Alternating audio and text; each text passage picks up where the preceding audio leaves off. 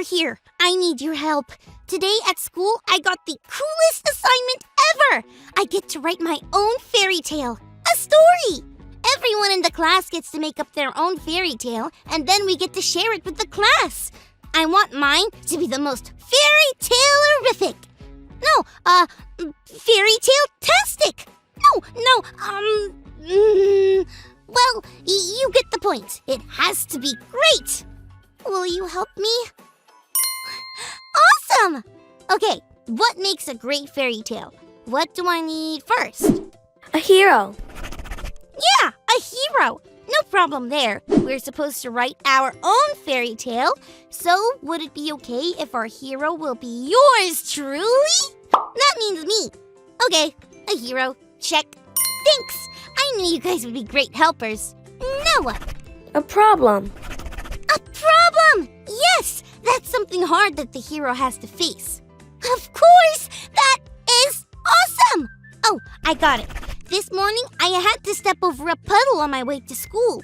And it was, well, just a small puddle, but I had to stretch my leg out a bit to get over it.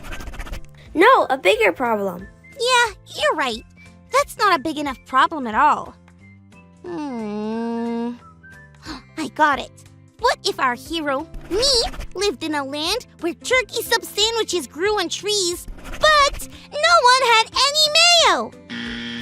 Yeah, you're right. If this is going to be fairy tale-tastic, it has to have a bigger problem. I've never thought about that before, but fairy tales have a moment where all hope seems to be lost. Hope is when we really, really, really want something to happen. When you lose hope, it means you feel like there's no way it can happen. But then, in really great fairy tales, hope is found again. That means the thing that everyone really wants to happen, but thinks won't happen, actually might happen. Like when the beast who lives outside the village actually turns out to be a really cool prince guy who just wants to be everyone's friend. Kinda confused? Maybe our Bible story for today will help clear things up. It's time for today's Bible story. It comes from the book of Ruth, chapter 2. Naomi and Ruth traveled back to Naomi's hometown called Bethlehem. Once they arrived, in order to have food and money, there was really only one thing for them to do: to go out to the fields to pick up the leftover food that had been left behind by the workers. Ruth chose to do this because she was younger. As you can imagine, this wasn't the best job. As you can also imagine, the other people who worked in the field didn't leave a lot behind. So, things for Naomi and Ruth seemed pretty hopeless. It was hard to imagine anything good happening for them. But then, it just so happened that the field where Ruth was working was owned by a man named Boaz. And Boaz just so happened to be related to Naomi. Can you believe that? Boaz saw Ruth and was kind to her. He told her to gather as much as she wanted from his field, and also told her that she should come back to his field to gather every day, because he would make sure she was safe and taken care of. Ruth went back to Naomi with plenty of food for both of them. Ruth shared what had happened with Boaz. Naomi thanked God because this was really good news. It meant that God was still taking care of them. Naomi and Ruth had no idea how they would make it on their own. But when things seem hopeless, God gives us hope.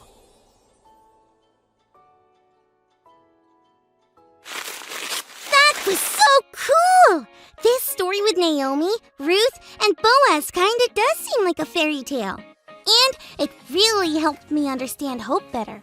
When my family is going through something hard, the first thing my parents do is pray to God. That must be because God gives us hope. That makes me happy and hopeful that I can write this fairy tale for my class. I think it will involve an enchanted forest. No, a giant ogre.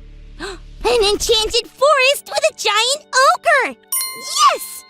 What fairy tale would you write, friends? Well, whatever you come up with, remember not to give up, because no matter how things look, God gives us hope. Thanks for learning and growing with me.